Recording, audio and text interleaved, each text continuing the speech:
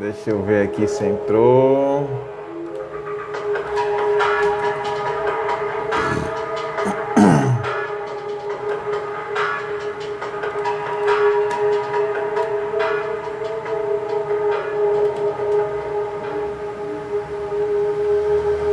Estamos ao vivo aqui no Jornal Caucaia JC Quer Saber. Agradeço a audiência de sempre, tá, gente?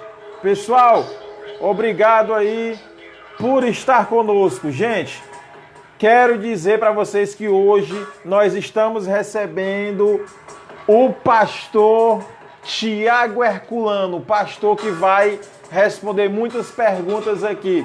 Você é cristão, você tem dúvidas sobre sua conduta, como é que você deve agir? Pastor Tiagão está aqui para responder. Pastor Tiago, diga, Braguinha. É um prazer estar aqui com você, tá bom? Quero agradecer essa audiência enorme. O Dirceu, disse que é teu primo, já tá te dando um alô aqui. Um abraço aí para ele. André Pontes, Raquel, obrigado, gente. Pessoal, é o seguinte, manda a pergunta nos comentários, ó. Tá com dúvida? Criou uma dúvida na cabeça? Tá aqui, ó. Manda pergunta, é só mandar que a gente responde. Pastor Tiago, por favor, se apresenta aí aos nossos telespectadores. Diga quem é o pastor Tiago Herculano. Bem, pastor Tiago Herculano é um cara simples aqui, conhecido por toda a Calcaia, né? Nascido e criado tá no aqui. Face, lá tá no Insta. Ok. Sou teólogo formado pela Faculdade Teológica Sul-Americana. Ah, o senhor é teólogo formado? Isso.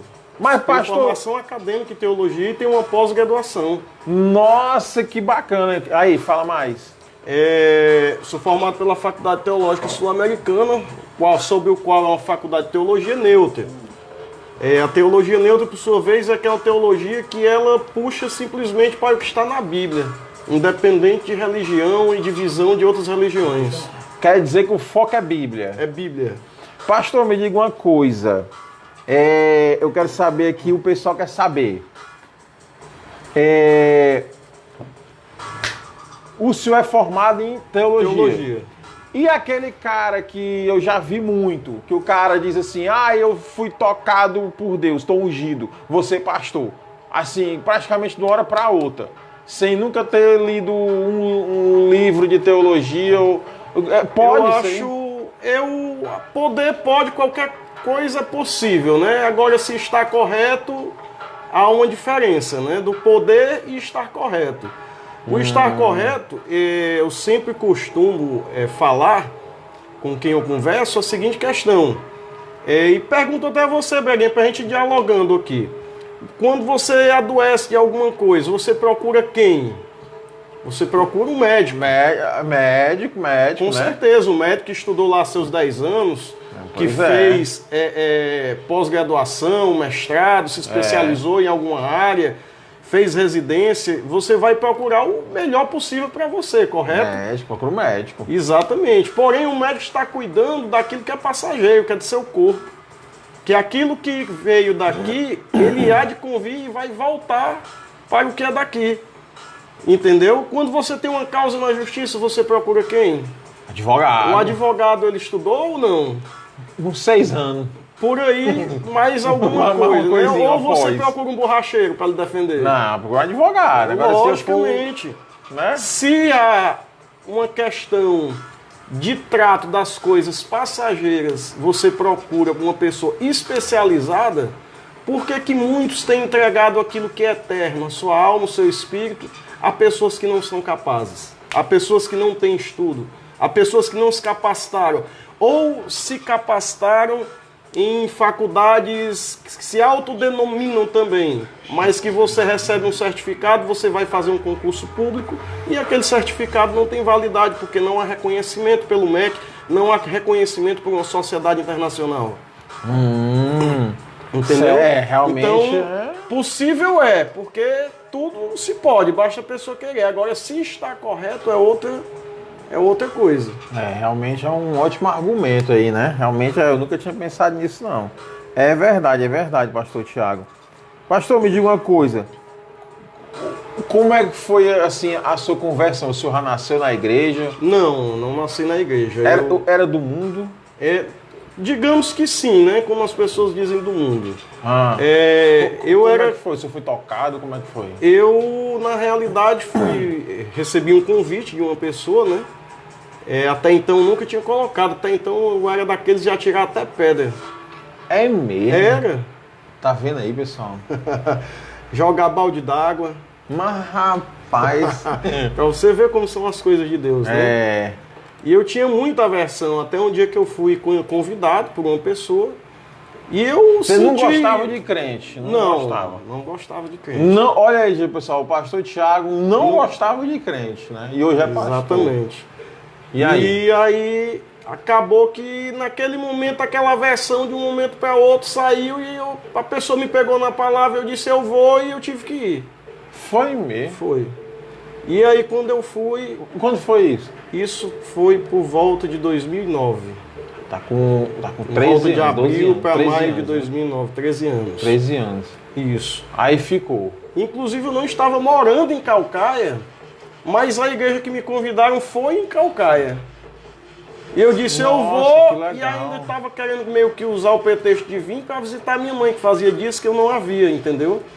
Mas acabou que eu fui à igreja e acabou que depois eu nem fui na minha mãe, nem nada, acabei lá sendo realmente tocado ali pelos louvores, pela palavra e tudo que vinha me impactar. Havia alguns amigos que já estavam convertidos e que chegaram e me acolheram ali, e aquilo mexeu muito comigo, entendeu? Boa. Pastor, a gente já tem pergunta aqui. Pronto. O Isaac Gomes está perguntando, boa noite, sou Isaac de Morada Nova. Na sua igreja o pastor é a favor de usar o celular para ler a Bíblia? Assim, a metodologia de uso da palavra de Deus, ela é indiferente do método que ela está sendo lida. Tanto no celular, como na Bíblia, ou propriamente podemos dizer assim, falada. Em muitas ocasiões você pode estar sem o celular, você pode estar sem a Bíblia, mas se você tiver a oportunidade de falar de Deus, você vai falar, e nem por isso ali vai estar desmerecido. Porque quer dizer que hoje é lícito a pessoa, por exemplo, não vou, eu vou à igreja e não vou levar a Bíblia, eu vou levar só o celular. Que é no bolso, aí eu não concordo. Pode usar aqui? Não, aí eu não concordo nessa questão de posicionamento de levar somente o celular. Não é só diferença não, papel, celular.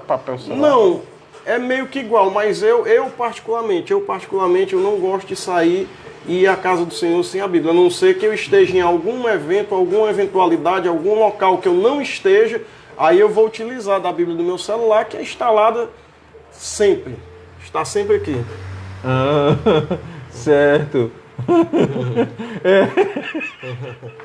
E deixa eu fazer outra pergunta aqui. Felipe Rodrigues, boa noite. Além de pastor, é estudioso. Parabéns, pastor. Amém. Obrigado. Aí tem uma nossa amiga aqui, o Zé, tá perguntando assim: pastor, é pecado beber todo dia? Assim. Mas beber o quê, Zé? Beber o quê? Né? Água, suco, o quê? Um bolinho, né? Assim, entrando nessa questão de assunto de bebida, existe uma teoria religiosa, que daqui a pouco eu vou explicar o que é reino de Deus e o que é religião, que é algo diferente um do outro. Ambos convergem em direções diferentes. Aí quer dizer que tem uma diferença entre reino e religião. Exato. Por exemplo, o reino é de quem? O reino é de Deus. E a religião? É do homem. Quer dizer que tem gente que seguia pelas doutrinas do homem, pelas regras e normas do homem, e não pela lei de Deus que está na Bíblia. É porque eu já vi igreja que a pessoa é proibida até de assistir TV, né? Isso, você não pode assistir TV, não pode escutar o rádio. Isso é uma questão de... No calor desse que a gente mora, tem que andar com a blusa assim... Não, isso é religiosidade, tudo. Isso é questão de usos e costumes. Mas o que eu posso dizer é o seguinte, isso é a questão da desinformação. Existem igrejas, e eu acredito que em boa parte, maioria, que trabalham exatamente em cima da desinformação, daquilo que nós começamos o assunto. Uma pessoa vai cuidar de outra, como ela vai cuidar de outra se ela não estudou, ela não é capacitada para aquilo? A própria Bíblia vai dizer como é que pode um cego guiar outro, se um pastor não sabe nem para ele mesmo, como é que ele vai guiar um povo? E por isso, o que é que ele faz? Ele tranca as ferramentas de comunicação. Entendeu? Para gerar o quê? Desinformação. Quando gera desinformação, tudo aquilo que ele passa a falar vira lei. Olha, pastor, aqui a gente pergunta, pessoal, pode mandar que a gente pergunta, aqui não tem negócio de a gente tá aqui para responder, não, viu? Se eu souber responder, pronto, irei responder, porque ninguém sabe de tudo. Pastor, já temos uma polêmica aqui, ó. O Alexandre Mota está dizendo assim, nenhum discípulo era formado em teologia, mesmo assim Jesus escolheu cada um. E mais, ele disse, vai e prega o evangelho. Ele quer dizer que não precisa estudar, né? Mas, digamos que eles passaram a ser enviados 3 anos e meio ao lado do próprio e maior teólogo de toda a história. Aprendendo do lado dele, não somente teoricamente, mas eles passaram ao lado de Jesus aprendendo praticamente. De forma prática, na lida, vendo sua conduta, vendo como ele agia. 3 anos e meio é uma faculdade. É uma faculdade. Principalmente, e com um mestre, né? Principalmente na faculdade você dedica 3, 4 horas por dia, às vezes 5 horas de estudo. Eles estavam ali cotidianamente com Jesus. 24 horas praticamente ao lado de Jesus, aprendendo com Jesus. E se... Aí eu fico com aquela pergunta, Braguinha, sabe o quê? Quando eu tive o primeiro contato com teologia. Teo significa Deus, logia significa estudo. Opa. Então, teologia significa o estudo de Deus. Então, se eu desprezo a teologia, eu estou desprezando o estudo de Deus, eu estou desprezando o próprio Deus. Para onde vai rumar esse tipo de pessoa? É verdade, é verdade. O Dirceu, né? Está perguntando, pastor, o que a Bíblia fala sobre os nossos dias atuais?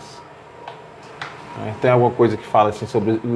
Fala muito, principalmente na questão, quando a gente vai começar ali algumas partes escatológicas, ali por meados de Mateus capítulo 24, exatamente dos princípios das dores, dessa questão de enfermidades que viriam, guerras que assolariam o mundo, sempre que a gente acha que vai acabar, desastres naturais. Então, ali vai falar que nos últimos tempos, tudo isso seria intensificado. O que é que acontece? Uma pandemia, há muitos anos atrás, vinha uma, durava 200 anos, 300 anos para vir outra. Hoje nós vemos epidemias nos últimos 40 anos gigantescas. Vem uma própria epidemia da AIDS, vem uma epidemia logo seguida do próprio câncer, a gente pode dizer que é uma epidemia, porque os alimentos cada dia estão mais contaminados, com agrotóxicos, a própria diabetes. Antes de vir agora o coronavírus, nós tivemos o HN1, que agora já chegou no H3N2, né? Isso. Que são mutações. O próprio coronavírus se iniciou já várias epidemias na realidade, né? Porque veio a primeira onda epidemiológica, a segunda onda epidemiológica e por aí vai tendo. E as variações estão chegando e são novas epidemias. É verdade, é verdade. O Zé Galo tá pedindo um alô aí. Alô, Zé Galo! Alô, meu amigo Zé Galo! Gente boa, né? Logo, logo estaremos aí comendo aquela galinha caipira. Boa, boa, boa. Grande Zé Galo. Pastor, me diga uma coisa. Videogame, jogos eletrônicos, né? Videogame. Pode jogar? Pode, não boa. Tem problema não? Não, nenhum. Mas tem uns que são violentos demais, não, mano? Não existe a questão da violência nos jogos, mas você não pode retirar aquela violência para a sua vida. Aí então você vai ser proibido de assistir um filme do Homem-Aranha, porque tem violência, mas é um herói. Você vai ser proibido de assistir um filme, seja qual for ele, de amor, de alguma coisa, porque simplesmente você está assistindo. A própria Bíblia vai dizer que aquilo que contamina não é o que entra, mas é aquilo que sai. Entendeu? Bom. A Bíblia vai dizer, o próprio Jesus vai dizer, o que contamina não é o que entra, mas é o que sai. Se eu assisto aquele filme, possa ter o que ter de violência, mas eu não levo aquilo para a minha vida e eu não externo aquilo tanto fez como tanto faz. Ali é uma forma de lazer. Jesus criou formas para que nós viéssemos a termos o nosso lazer. Pudéssemos estar com nossa família, alguns gostam do videogame. No caso eu sou louco por videogame desde criança. Você estudou comigo, você sabe. Demais. E já estou aqui quase 40, né? Faltando um ano para fazer 40 anos. E o gás é o mesmo daquela época, entendeu? Temos uma turma que temos aí 29 anos de amizade aí de games. Jogamos quase todos os dias juntos online. Entendeu? Então isso, se fosse algo ruim e benéfico, o que é que teria gerado? Teria gerado inimizades. E não teria gerado amizades verdadeiras como gerou. Entendeu? Verdade, verdade. Pastor, me diga uma coisa.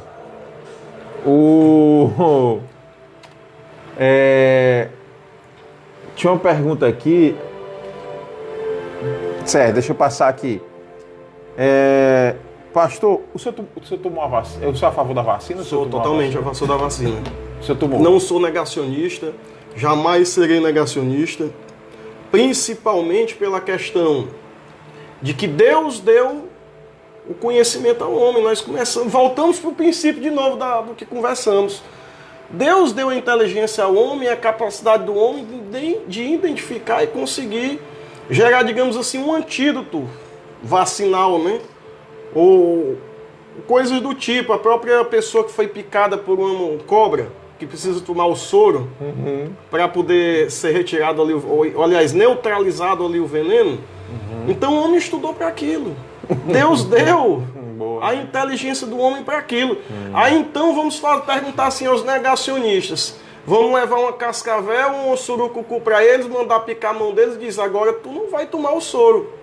Tu fica na tua aí e vamos ver o que é que acontece. É a mesma coisa.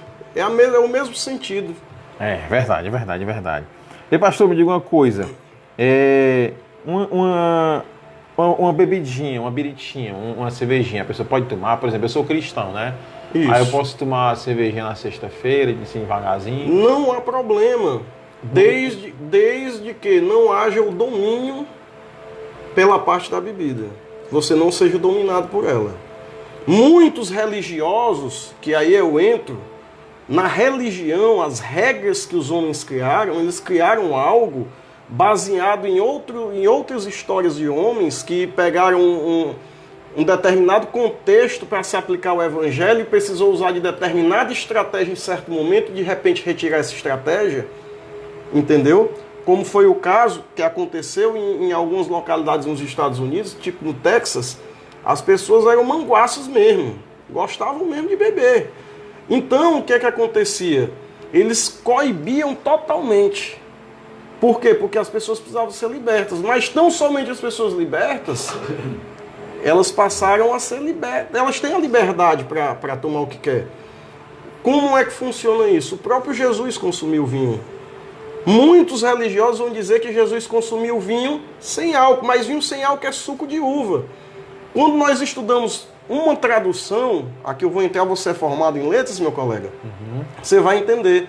Em qualquer tradução que você entre, existe uma palavra simples e uma palavra composta. Uma coisa é suco de uva, que você vai pegar para o inglês, vai ser juice of grapefruit.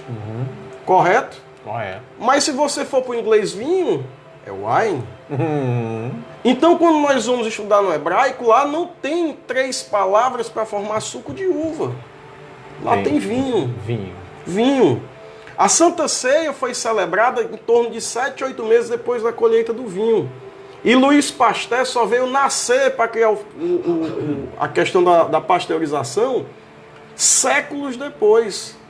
Era impossível que o vinho da Santa Ceia não fosse fermentado. Que o suco não fosse fermentado. E quando há a fermentação e a quebra do açúcar, o que é que acontece? Torna álcool. Então o vinho da Santa Ceia era vinho com álcool. Jesus Cristo estava, e o seu primeiro milagre foi transformar água em vinho, onde ele pegou 6 talhas e transformou água em vinho. E aquele vinho foi levado para o mestre-sala. O mestre-sala, Braguinho, daquela época, é o que nós temos hoje conhecidos como sommelier. Aí eu lhe pergunto, qual sommelier que prova qual é o suco de uva melhor ou pior? O sommelier, ele prova o vinho. E o vinho tem álcool. É o enólogo, né? Exato. Jesus foi chamado de beberrão, porque bebia bem. Não se entorpecia, porque era Deus em essência. Mas os fariseus os quiseram apontar nisso. E hoje eu vejo o movimento da igreja, o movimento religioso, agindo como fariseus, querendo apontar aqueles que estão vivendo de acordo com a Bíblia. O consumo de álcool moderadamente, sem embriaguez e sem domínio pelo álcool, não há problema. Biblicamente não há problema. Entendeu? Entendi. Qual é isso? É você beber, você vê que todo mundo se conhece, sabe que ao ponto que você começa a mudar um pouco, isola. E outra coisa é a questão, como você tinha dito, de beber todo dia. Quem bebe todo dia é dominado pelo álcool. Entendeu? Quem não se controla é dominado pelo álcool. Agora você está com a sua família, está em alguma coisa, num restaurante, você quer tomar uma cervejinha ou alguma coisa, um vinho, sem problema nenhum, desde que seja no controle. E respeitando as leis do homem, né? Porque a lei da lei seca está aí, né? Muito severa e muito pesada. Quer dizer que, resumindo, pastor, o cristão, se ele não beber a ponto de ficar vacilando, como a gente chama, né? Isso. Pode tomar uma cervejinha tranquilo. De leve, tranquilo, não há pecado nisso. Que bom, né, muitos cara? vão me julgar, vão atirar pedras e tudo, mas eu vejo já estão aqui. que quando Jesus estava junto com os fariseus, a atitude dos fariseus foi exatamente essa, de querer repolar pedra nele. Opa. De querer julgar ele, de querer apontar ele. Mas eu tenho um costume, sabe de quê, Braguinha? De muitas vezes dizer assim, quando você aponta para uma pessoa, você está apontando com um dedo, mas tem 3 dedos apontando para ti, que é o Pai, o Filho e o Espírito Santo. Isso mesmo, verdade. Pastor, o Sérgio Mota tá dizendo aqui, o Thiago já foi goleiro. Pergunta ele como é que foi essa fase. Você foi goleiro, pastor? Fui goleiro antes de ser jogador de voleibol. Aí quer dizer que o senhor joga vôlei? Eu já joguei vôlei profissionalmente. Vôlei, né? E por conta de lesão eu estou afastado, né? Estou tentando ver se volta aí pelo menos para brincar. Mas na época o Sérgio aí é meu amigo de infância também aí. Jogávamos eu, ele, Bruno, Henrique, Alex, alguns amigos ali no Genipabu, na quadra. E não sei, né? Eu vou falar por mim, depois ele diz se é verdade ou não. Eu pegava até bem no gol. Boa. Pastor, o rapaz aqui tá perguntando, o Alves, né? Se pode fumar crack devagarzinho, só um pouquinho. Não, de forma nenhuma, porque é entorpecente. Aí já, né? Entorpecente, tudo aquilo que tira ele tá até dizendo que só uma pedrinha. Não, ele tá... Esse irmão aí tá cheio do capiroto, ele tá com vontade de ir logo pro aí mundão. Se converter, rapaz. Só uma pedrinha faz mal, não. Braguinha, é um grande mal da sociedade hoje, pegar sabe o quê? É pegar aquilo que é literário e transformar para a sua literatura própria. Entendeu? O que é que ela faz? Ela pega o gancho e, a partir daquele gancho que é correto, ela quer interpretar de uma forma para poder usar o seu bel prazer. É verdade. Tinha um rapaz aqui que perguntou, o Júnior, a tua pergunta saiu aqui. O Dempsey, obrigado Dempsey sempre na audiência. O Júnior postou aqui, era sobre discipulado, mas eu perdi a pergunta aqui. Júnior, se você puder mandar de novo, cara, agradeço, tá? Tô vendo aí pela tua cara, alguém que tem muita polêmica aí, hein? O Henrique Campos está com a gente aqui, ó. Além de pastor, o homem é o maior vendedor de peixe do estado. Vamos já falar nisso aí, né, pastor? Vamos já falar nisso aí também. Pastor, me diga uma coisa. Um abraço aí pro Henrique Campos, meu primo velho. Missionário. O cara disse, não, eu sou missionário. Existe isso aí? O que existe é uma questão de missão de Deus, certo? Se você procurar a palavra missionário na Bíblia, de Gênesis a Apocalipse, não vai estar lá essa palavra, certo? Essa palavra missionário você não encontra em nenhum local da Bíblia. Não vem de missão, não? Mas missão acontece uma questão que é outra questão religiosa, Braguinha. Do tipo, sabe o quê? Eu te dou uma missão. Tu cumpriu essa missão acabou, tu não é mais missionário, tu não tem mais uma missão. O missionário é o que faz uma missão. E uma outra coisa que eu estudei dentro da faculdade é que não existe missão dentro da sua própria nação. Você chega em todo canto, todo mundo é missionário. Foi mulher do pastor, é missionária. É primo do pastor, é missionário. Tudo cargo levantado ao bel prazer de quem quer. Por exemplo, mas missão é o seguinte, eu dou uma missão a um soldado numa guerra. Ou então, trazendo aqui para o nosso evangelho, você pregar na Coreia do Norte. Você está em missão, né? Porque você foi para lá, mas quando você voltou, a sua missão acabou, você não é mais nada. Chegou aqui a pergunta do Júnior Silva, ele disse, mora no Conjunto Metropolitano. Obrigado, a gente tem muita audiência lá. Obrigado, meu irmão. Ele gostaria de saber sobre a visão do pastor em relação à pessoa ter que fazer um discipulado antes de ser batizado, sendo que os apóstolos batizaram sem precisar de curso algum. O maior curso estava lá do lado deles. O próprio Jesus apresentando a sua conduta como deveria ser e falando a eles todos os dias. Entendeu? Mas... Quer dizer que a pessoa tem que fazer curso antes de ser batizado, é? Não, existem igrejas que têm. Nesse dado Mas momento... eu acho que ele quis aqui dizer, pastor Tiago, por exemplo, aqueles que foram batizados pelos apóstolos... Não há necessidade de discipulado. Não há. E não, a questão do discipulado é algo criado pelo homem, sabe para quê? Religião. Para quê? Para prender o homem. A religião, ela aprisiona. E a palavra vai dizer, se pois o Filho vos libertar, verdadeiramente sereis livres. Então você tem liberdade. Existem diversas estratégias e diversas ferramentas utilizadas nas igrejas exatamente para prender as pessoas na igreja. Entendeu? Certo. A pessoa chega, se ela não tiver uma pessoa para chegar lá, pegar o telefonezinho dela, dizer que o discipulado é tal dia para ela começar a se naturalizar e se acostumar naquele meio, ela não volta mais quando começar a ver coisa errada. Beleza. Pastor, me diga uma coisa. O cidadão, quando ele vira pastor, né? Muitos deles não trabalham mais, trabalham do mercado, trabalham no mercado de trabalho. Qual o pastor que é certo? É aquele que vive da igreja ou aquele que trabalha? Porque, por exemplo, o senhor é pastor, mas o senhor trabalha vendendo peixe, né? Exatamente, eu trabalho com venda de peixe. Tem certo e errado nisso? Como é que é? Existe uma posição certa e uma posição errada. Certo? Depende do ponto de visão. O próprio Paulo vai dizer, em algumas passagens, que aquele que prega o evangelho que viva do pão do evangelho. O que é o pão do evangelho?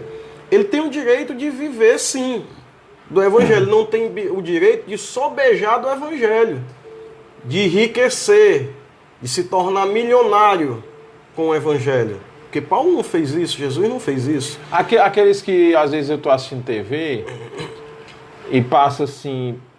Pastor, desculpa eu ter interrompido essa pergunta. É uma coisa que eu queria perguntar. Passa assim na TV, olha, um pouco fala em salvação, fala mais assim, você vem aqui na nossa igreja que você vai, daqui a pouco você está prosperando, aí vem aqueles testemunhos que só falam em coisa material. Eu comprei um carro, comprei uma casa na praia, não sei o que. Eu tenho, dentro do meu trabalho, que eu defendi, a tese que eu defendi, que é a distorção da fé apostólica, o tema, eu vou relatar exatamente algum desses casos que é o caso da magia dentro da igreja também. Magia? Magia dentro da igreja. Tem magia? Tem magia, dentro dessas igrejas tem magia. Entendeu? Do tipo ao ponto de um determinado... Se eu falo magia, só me vem à mente o Hadouken. Não. Mas tem uma magia, uma certa magia. Entendeu? Dentro disso, eu analisava um caso de um que se diz apóstolo, e apostolado já é uma heresia, o cara já começa se dizendo apóstolo, isso é herético. Pode ter apóstolo aí escutando, quem tiver escutar é herético. Aí quer dizer que a pessoa, por exemplo, eu conheço apóstolo fulano, né? Herético. Não pode usar esse nome apóstolo. É uma heresia. É uma heresia porque um dos fatores para a pessoa ser elencada como um apóstolo é ter visto Jesus Cristo ressurreto. Então, e ele já ascendeu ao céu e ele só vai tornar em estado glorioso. Então ninguém mais, quem tem 2000 anos, só pode ser o diabo, que deve ter os 2000 anos aí, que estava lá e que viu, e que entra no coro desses cabos aí e se diz apóstolo. Porque então nenhum deles viu a ressurreição. É errado hoje o cara usar esse nome. É errado. E eu vi um caso, exatamente, Braguinha, eu estudando e defendendo essa tese, que o cara, as pessoas passavam e a pessoa disse que estava com uma dor de cabeça terrível e passou lá e esse determinado apóstolo deu um tapão na cabeça do fiel. Ao ponto que ele disse que quase caía. Aí eu entro, isso não é um determinado indumentária de magia, não. Porque Jesus Cristo não age de violência com ninguém. Eu não vi Jesus agredindo ninguém. A não ser quando estavam fazendo a casa dele de comércio, né? Que é o que exatamente esses estão fazendo, né? O senhor fala em línguas? Línguas estranhas? Falo. A glossolalia, ela existe. Como é o nome? Glossolalia. Glossolalia. Não é o nome da sua cabeleireira, não. É o nome que se Glossolalia dá ao ou ato de falar. glossolalia. Uns chamam de glossolalia. É uma palavra que não tem uma pronúncia muito correta. O que é a glossolalia? A glossolalia é a questão de falar em línguas de forma sobrenatural. Mas que línguas se falam? Na Bíblia vai relatar que ali o dom de glossolalia, cada um falava em seu determinado idioma. Entendeu? Como assim, Braguinha? De repentemente eu não sei alemão. E eu começo a falar em alemão. E eu começo a entender o alemão. E quando esse momento passa, eu não sei mais. Aquilo passou e já foi. Entendeu? De forma sobrenatural. Mas é um dom. É um dom do Espírito. Está na Bíblia, está descrito, não pode ser negado. O que eu não concordo é com essa pseudoglossolália utilizada principalmente pelos pentecostais, que também é doutrina do homem. Pentecostal é a religião do homem, não tem nada a ver com o reino de Deus. Aí quer dizer que igreja pentecostal, essas que tem fogo, que o cara sai rodando assim... Isso é um descontrole absurdo. Porque eu já vi uma umas que o pessoal sai rodando no meio da igreja. Não, isso é uma loucura. Jesus não veio para trazer desordem. Jesus veio para trazer ordem. Tudo para o Senhor tem que ter ordem e decência. Se você entra num canto onde todo mundo está rodando, que ordem e decência, e no que isso edifica? Isso está edificando em quê? Total descontrole para assustar as pessoas, para assombrar os novos convertidos, para expulsar os visitantes? O pastor, o seu culto, o senhor derruba as pessoas? Não. Tipo, não eu vejo às vezes o pastor colocar... Não é necessidade, isso é coisa da teologia pentecostal. Não, né? Alguns casos muito específicos ocorrem realmente da pessoa cair. Entendeu? Muito coisa, mas essa questão de todo culto, toda reunião, toda semana, constantemente, tudo dessa maneira, não existe, isso não existe. Isso não basta de sentimentos aflorados. Já teve endemoniado na sua igreja? Sim. O senhor tira o demônio? Não, eu não. Pelo poder do Espírito Santo, e Jesus Cristo faz com que Tira o demônio